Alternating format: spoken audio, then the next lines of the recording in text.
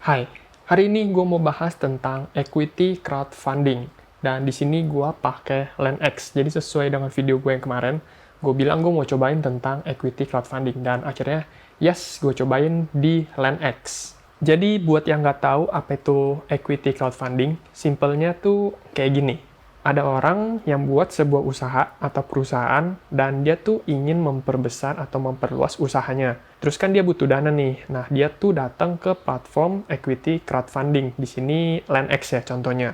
Kalau usahanya di approve, nah nanti tuh si LendX bakal bikin listing di aplikasinya LendX. Terus kita sebagai calon investor, kita tuh ngedanain si usaha atau perusahaan orang ini. Jadi kita bisa taruh dananya berapapun lah. Tetap ada minimalnya sih.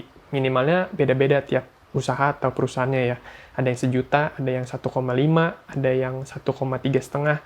Ya, pokoknya macam-macam deh. Di sini sistemnya kayak beli saham, kita pakai per lot dan jumlahnya itu tergantung dari produknya. Oke, daripada bingung kita langsung ke aplikasinya aja. Jadi ini aplikasinya menurut gue ini simple banget. Cuma ada 4 menu, jelajahi, portfolio, pasar, dan akun. Di menu jelajahi ini kita bisa ngelihat seluruh perusahaan atau usaha yang ada di LendX dan bisa kita danain. Jadi di sini contoh ada 2 nih yang lagi bisa didanain, ada Burger sama ada Car Wash. Ini sering banget sih kita lihat ya di jalanan, Yellow Car Wash. Terus di sini ada yang udah habis nih, kapal, terus ada apa ini ya, real estate agency, terus ada Hungry, ada ini kos-kosan, ini apa ini ya, tempat cuci deh kayaknya, Kirai Wash and Beyond, klinik dan banyak lah. Cuma setelah gue lihat-lihat banyak, cuma nggak terlalu banyak sih, karena mungkin dia kan butuh di apa ya, dikurasi lah ya, perusahaan yang bisa masuk di LendX ini. Jadi nggak gitu banyak. Mungkin kayak misalkan ini si Burger ini udah seminggu belum habis dan belum ada pendanaan baru sih. Setelah seminggu kan masih 2 ini. Jadi belum nambah lagi. Mungkin terbatas juga kali ya untuk perusahaan yang bisa didanain. Kita coba buka aja salah satunya. Ini si Burger. Ini gue udah beli sih. Gue cobain beli 1. Ini si Burger. Dan di sini tampilannya dia ngejelasin dia nih perusahaannya ini ada atau usahanya dia di mana aja. Kalau di sini ada 3 tempat, ada 4 ya, ada Sawangan, Pik 1, Pik 2 sama Serpong. Dan di sini tuh kita bisa unduh prospektus. Jadi ini tuh kayak proposal gitu lah. Kita bisa liatin seluruh detail tentang perusahaannya atau usahanya. Jadi contoh di sini kita buka dulu aja nih si Burger. Di sini tuh dijelasin dulu Burger tuh apa, makanan cepat saji dan sebagainya. Terus apa lagi di sini ya? Kenapa harus burger? Konsepnya tuh gimana? Terus ada lagi produknya apa? Nah, mekanisme sahamnya tuh kayak gimana? Terus ada juga target lokasi, terus ada juga estimasi timeline pembangunan, terus profil dari penerbitnya tuh siapa sih yang buat usaha ini? Terus ada juga laporan kinerja atau pembagian dividen. Nah, ini ada laporan keuangannya. Nah, ini bisa kalian analisa sendiri lah. Kalian coba baca-baca sendiri.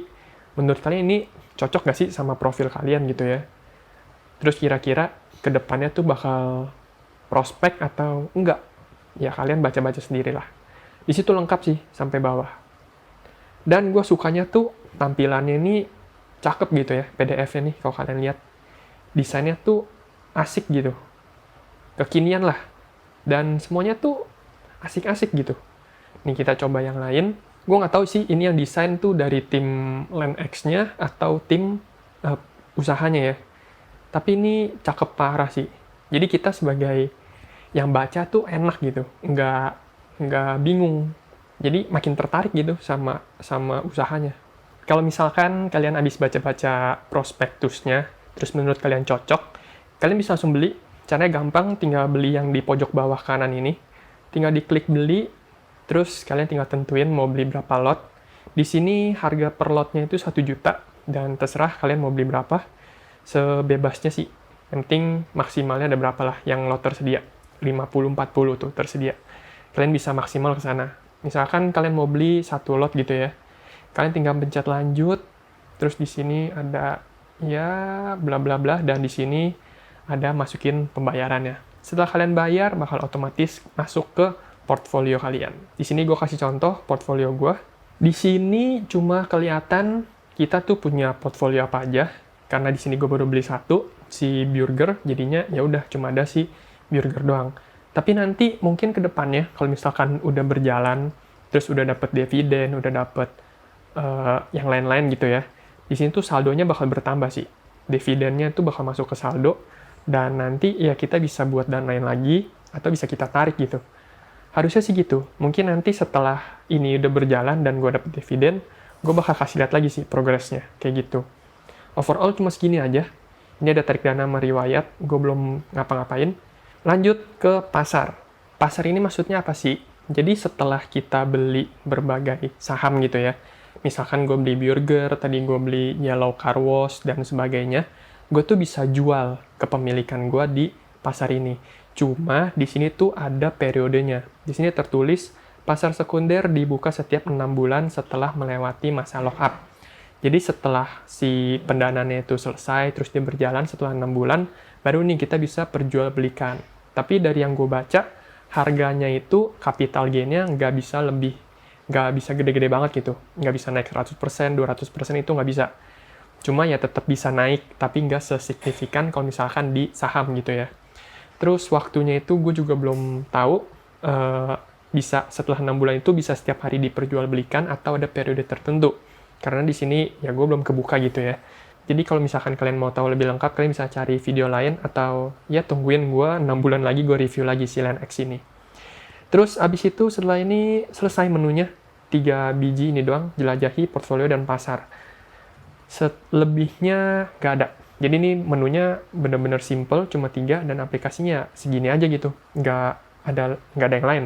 Pertanyaannya, kita dapetin keuntungan dari mana kalau kita investasi di equity crowdfunding? Jadi berbeda sama saham, kalau yang kita ngandelin itu kan capital gain ya. Bisa per hari langsung naik berapa persen, bisa seminggu naik berapa persen. Tapi kalau di equity ini kita lebih ngandelin ke dividen. Karena di equity crowdfunding ini kita tuh kayak sistem bagi hasil gitu. Kalau misalkan perusahaannya profitnya lagi gede banget gitu ya, kita bisa dapat dividen itu gede juga.